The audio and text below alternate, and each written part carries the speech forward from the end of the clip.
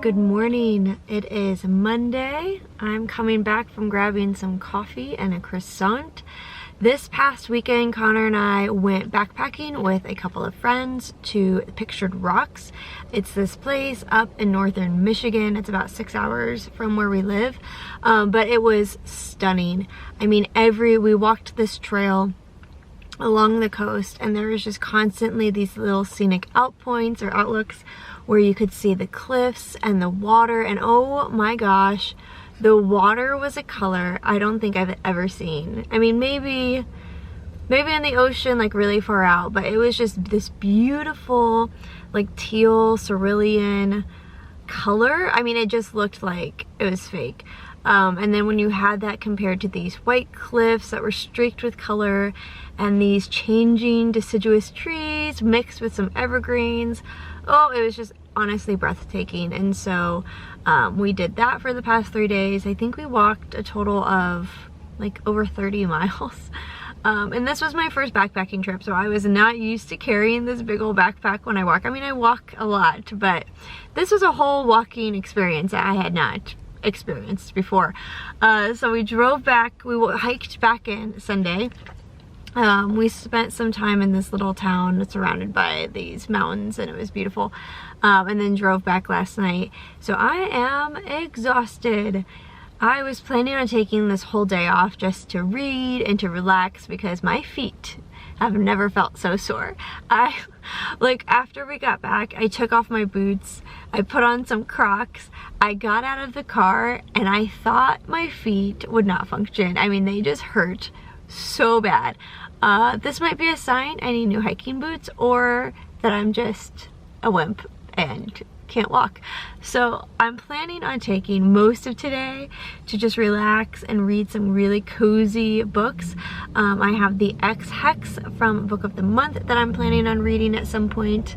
That was my landlord. Hi.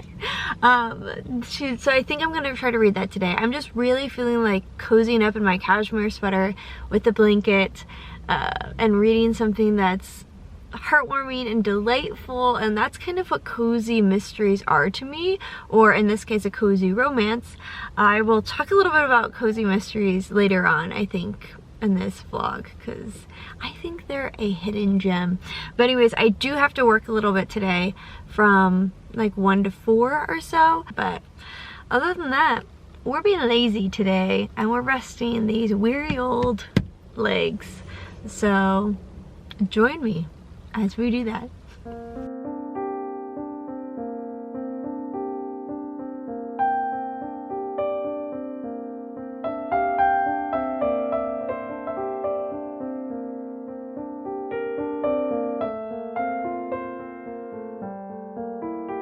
Okay, so it is lunchtime and I have gotten a little bit of reading done. I am on page 83 of the X Hex. I realized I never gave a synopsis of it, but this is the X Hex. It just came out in October.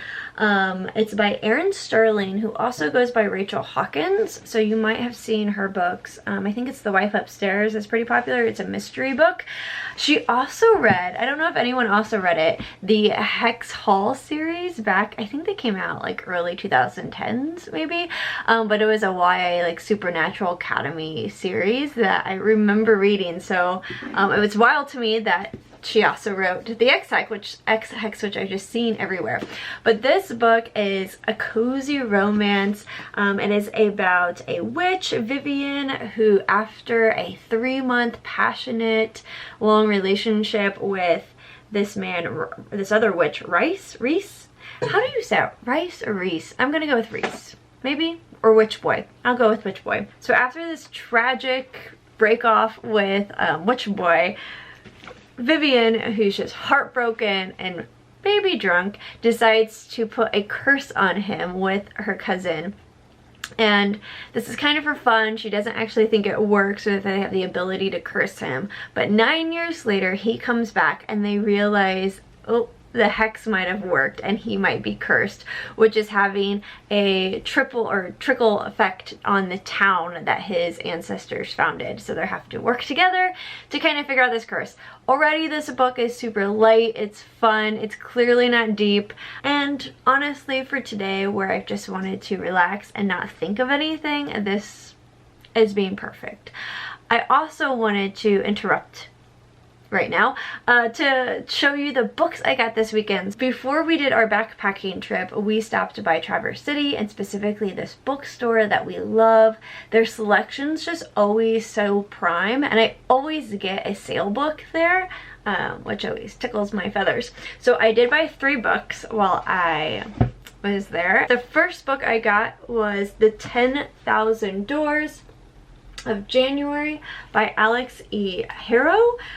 This author has also written the Witches book. What was it called? The Once and Forever Witches, which I've seen at the book shop and I've been really interested in it. But this book is about this woman, January Scholar, who works in this mansion that has all of these weird and strange things, and apparently she finds a strange book that tells a secret doors of love, adventure, and danger. Honestly, I don't know what this book is about. From that little sentence in the back, it makes me kind of think of The Midnight Library by Matt Haig, in which she's going to read different books or see different doors and see different stories come about. Honestly, I have no idea. I'm kind of going in blind, which is the way I want to do it. The reason I picked this up, Saya Bancroft, who wrote one of my favorite fantasy books, and the Silliness series, recommended it. So I'm a sucker for recommendations by authors I love. So I got this. The second book I got was Tuesday Mooney Talks to Ghosts, and this is by Kate Raculia. I totally judged this book by the title, because what a title. But from the synopsis, this book seems to be about a woman, Tuesday Mooney, who decides to engage in this scavenger hunt that this billionaire or millionaire, I don't know, some illionaire, left before he died. And so to get his fortune or something to that, they're having to figure out all these puzzles and clues, and she teams up with these eclectic group of people. And the little like recommendation quote is, a novel that reminds us of the pure joy of play and the importance of finding people who matter. That just seems so cute. So I got it. Of the 3 books, I think I'm most excited about this book. So after I read the XX, I don't know, maybe I'll start reading this one. The last book I got was a sale book. I got it for $6.98. Yay for sales. And it's A Peculiar Peril. A Peculiar Peril by Jeff Vandermeer. He also wrote the Annihilation series, which I know is being posted everywhere in the fantasy world. So this is his YA series. It's about a young boy named Jonathan Lamshad who inherits his grandfather's huge estate, and while exploring it, he realizes that there's a secret world that has talking animals and vegetables, and he kind of gets lost in it, realizes that his grandfather may have been murdered, and it's just an adventure fantasy book. That's YA. I don't know what else to say about that other than it has a stunning cover, and I'm excited to read it. It is a thick boy. Look at that. It's probably going to be a while till I get motivation to read such a long book. But it does say it's perfect for fans of Neil Gaiman and Patrick Rothfuss. So even though it is YA, based on that, I'm guessing it's going to be good for adult fantasy readers as well.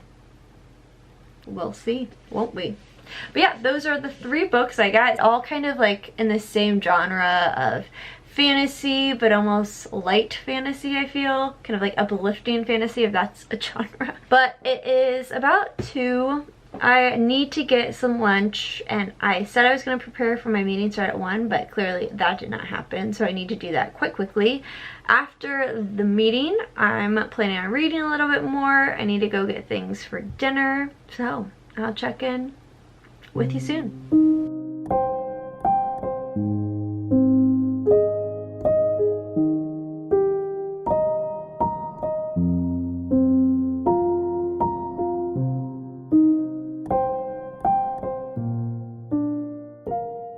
walk, I was kind of just thinking about the strangeness or the weirdness it is being a grad student, or more specifically having your main source of income be being a grad student, and how even though we have breaks like winter and summer and spring break, we really don't have a set schedule of when we're supposed to work. And because of that, there's no procedure for how to request vacation days or sick days, and so we're really just expected to always be working no matter what day or time it is, because we don't have these set hours. And so even like today, I would have really liked to like make this a vacation day just so that I could recoup from the backpacking trip and kind of recenter everything. But because I don't have a set schedule, I still had meetings and things that I had to do today that couldn't have waited. And I don't know, I know in the grand scheme of life, I got it really lucky. I mean, I get to essentially adjust my working hours to when I can best accomplish them. But it does weigh on you a little bit when you just feel like you're constantly having to be on and available to whoever needs you or whatever needs to be done. And I think that's why a lot of grad students get burnt out. So yeah, I don't know, I'm thinking about that. Are you in grad school, or have you considered it? Have you also had similar thoughts to that? And how have you processed that and managed that in your life? I'd really love to know. I thought I would cut across some grass, not realizing it was a massive mud pit. Now I have mud caked inside my crock. That's the sort of day we're having, Sherlock. Isn't it, buddy? Sherlock? Does anybody else, like when they're out, realize, ooh, all I want is a Diet Coke to just refresh and tingle this throat, but you don't have your wallet and you're like, can't buy it, and then you realize, I have Apple Pay, all I need is my phone. It literally blows my mind every single time that happens, that I can just, and it pays. Everyone's watching this being like, yes, Nikki, that's 10 years old technology. But I'm still constantly amazed by it. So there's that. Good morning. It is Tuesday morning. I've gotten up. I've kind of gotten dressed. I walked to the library, I had some books due, and then I stopped by my local bakery. There's a bakery on the way from the library. I only live about 0.6 miles from my library, and there's a bakery right in the middle, and I got some apple cinnamon donuts. So I'm excited to eat those. I figure I worked out enough this weekend to enjoy as much fatty food as I want for the next couple of days at least. But last night I did finish the X-Hex. I enjoyed it. It reminded me a lot of A Cozy Mystery, which I kind of knew going in. And so my standards because of that were really low. I don't know about how you think about books, but a big part of how I think or evaluate them is what the genre is and what they're trying to accomplish. And so clearly this book wasn't trying to be some deep romance. It wasn't trying to be some literary like fiction star. It was just trying to be a light, fun, kind of silly romance set in Halloween. And because of that, I thought it accomplished. You know, it did what it aimed to do, so I enjoyed it. I did think there was a lot with the characters' backstories that got mentioned but never really got expanded upon, and I wished that would have been expanded upon, especially like her cousin had a romance that really just got neglected and like didn't get brought up after a couple of mentions. And the like climax of this story, just there really wasn't one. I mean, everything got resolved within like 15 pages. I hope you don't find that to be a spoiler, but because everything just felt really quickly wrapped up, and I wish there was just more to that. But did I enjoy it? Yes. Did it make me in the mood for a cozy mystery? Yes. And here's where a big confession comes. I enjoy a cozy mystery. And in case you don't know what a cozy mystery is, think of any time you've gone to the bookstore, gone to the mystery section, and you see those like small paperbacks for like $5.99, $7.99 that are just super cheesy, that are always some type of mystery set in a bookshop or a coffee shop or a library or something to that effect. And when you look at them, you think, who's going to read them?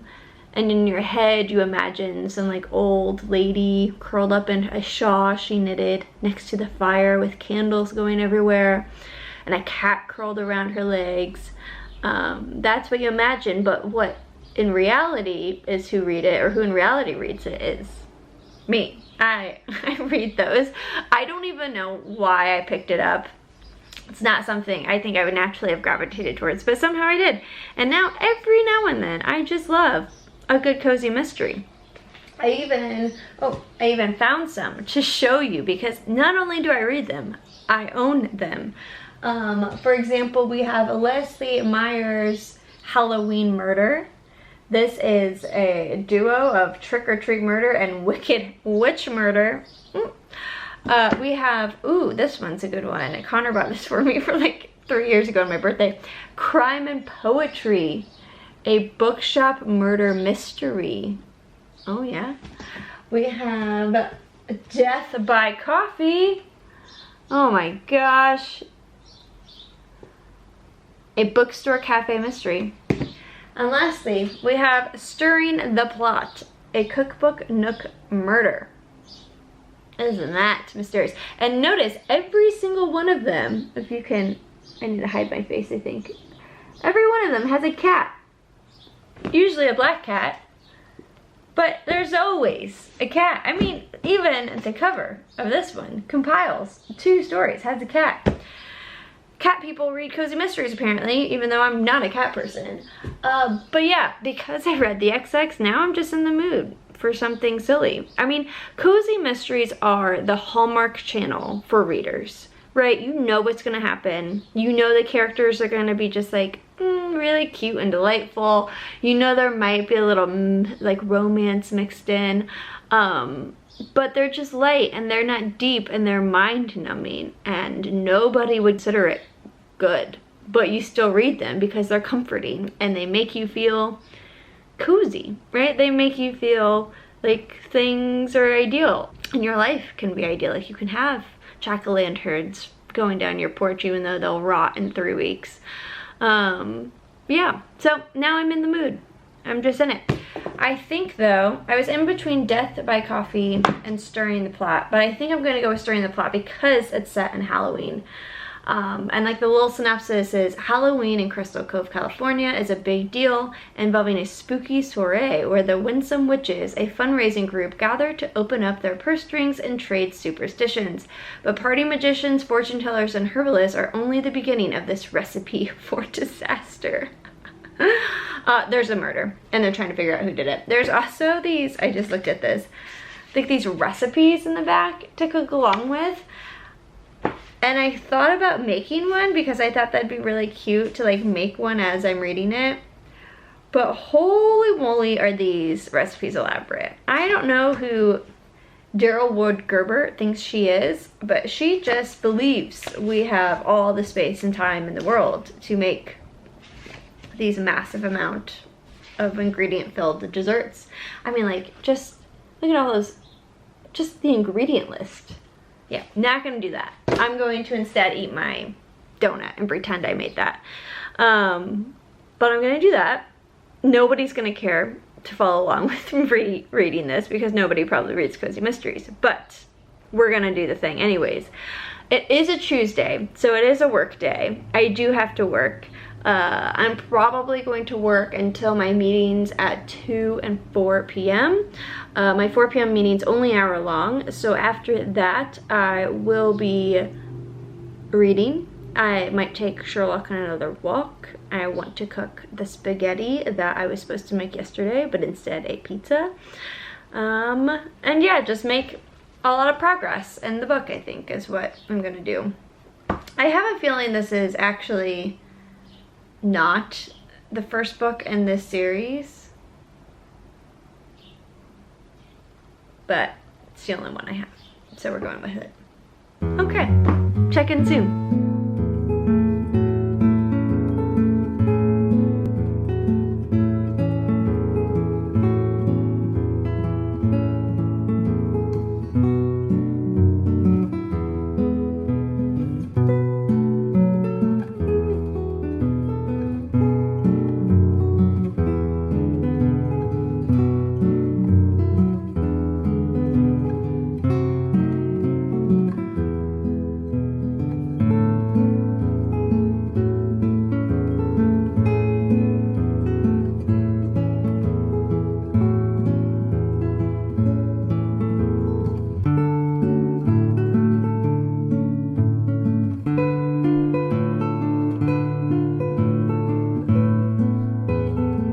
Hello, good morning. It is Wednesday.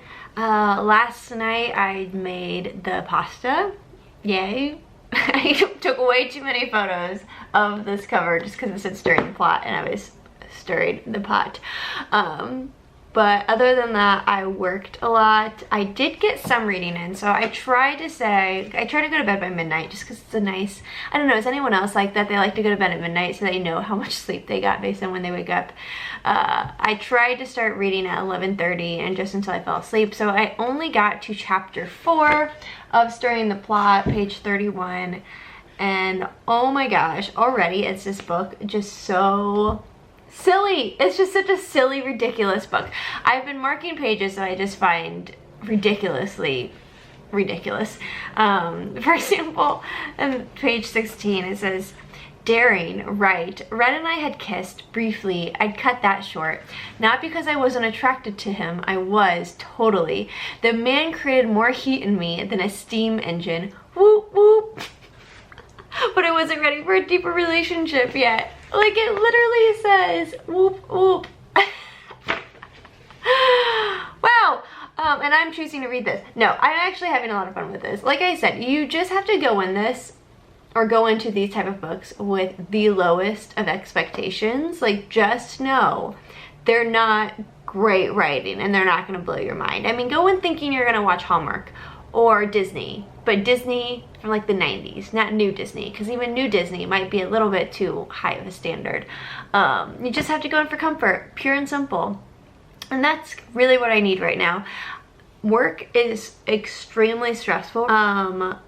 I just have a lot of deadlines due and a lot of things. Like, I have one big deadline by tonight. So I'm feeling really overwhelmed, to be honest. I'm going to, and when I feel overwhelmed, I don't want to do anything. So I'm going to go get coffee instead of just make the 20 pounds of coffee I have in my house. I'm going to go make it or get it. I'm going to go lock myself in the office and I'm going to try to get as much work done as humanly possible in the shortest amount of time. Whenever I'm overwhelmed, my brain is the type of brain that just doesn't want to do it. You know, like, I wish I had the brain where when you feel overwhelmed, you just get things done. I'm the complete opposite. I just want to shove it in a box, put it in a closet to the left and just say bye-bye. Like, don't want to look at it.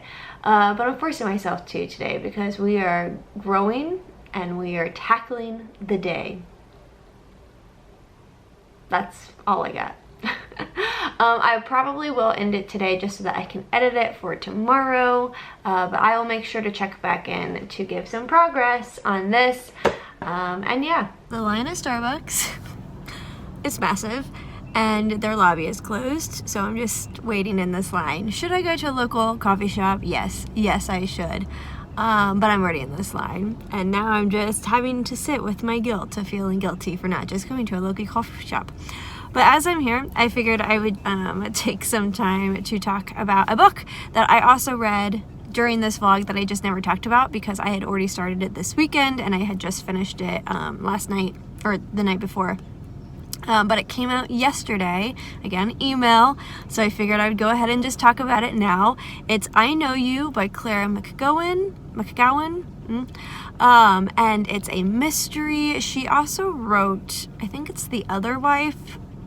I'm not positive on that. But this book is about Rachel, who literally has the worst luck. Not only was she falsely accused of triple homicide when she was 19, nannying for a family in LA. But then years later, after she's tried to reinvent herself, she stumbles upon her current boyfriend's ex-wife, or like wife that he's getting divorced from, her body. And because she's been in this situation before and she knows how easily it is to go to jail for something you didn't do, she flees the scene. Of course, someone finds out. She becomes the prime suspect of this murder. So the book alternates between the past, seeing the first homicides she experienced, and the current, and her trying to figure out, did someone find out about her past and is using it against her? Is it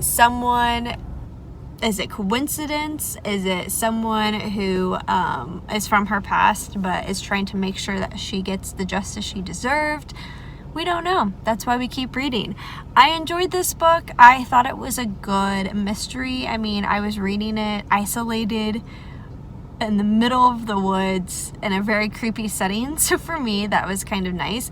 I also really liked how she depicted LA, the place that we think of like movies and Hollywood and bright lights and palm trees. She made it feel suffocating and isolating in a way, which I thought was really, really cool. I did much prefer the earlier timeline, so like when she was going by Casey and she was nannying and she was younger. I thought the tension that was communicated in those chapters and the storyline was a lot stronger than like the Rachel timeline of in the present day. So because of that, I ended up giving it a 3.5 because I was kind of just waiting to go through Rachel to get back to Casey. And that's always the struggle I have with dual timeline stories. Like there's usually always one timeline I'm more invested in than the others. But anyways, it was good. I'd recommend it if you're in the market for a mystery. So that came out October 18th. Oh, I let this lady and her daughter cut in front of me in the line because they were like coming from the opposite direction, and then she bought my coffee and my pastry. Now I'm just day made. It's free! Well, friends, I think I'm going to end the vlog here. I did not get any more reading done on Storing on the Plot. My friend asked if I wanted to go get drinks at this Halloween-themed bar tonight, so I think I'm going to put reading aside to do that and get some socialization and get out of my head from the stress of work.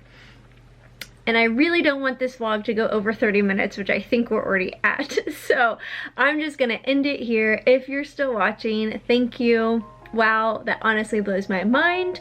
If you've read any of the books I've talked about, let me know. I'd really love your insights, what you thought. But yeah, I will catch you next week.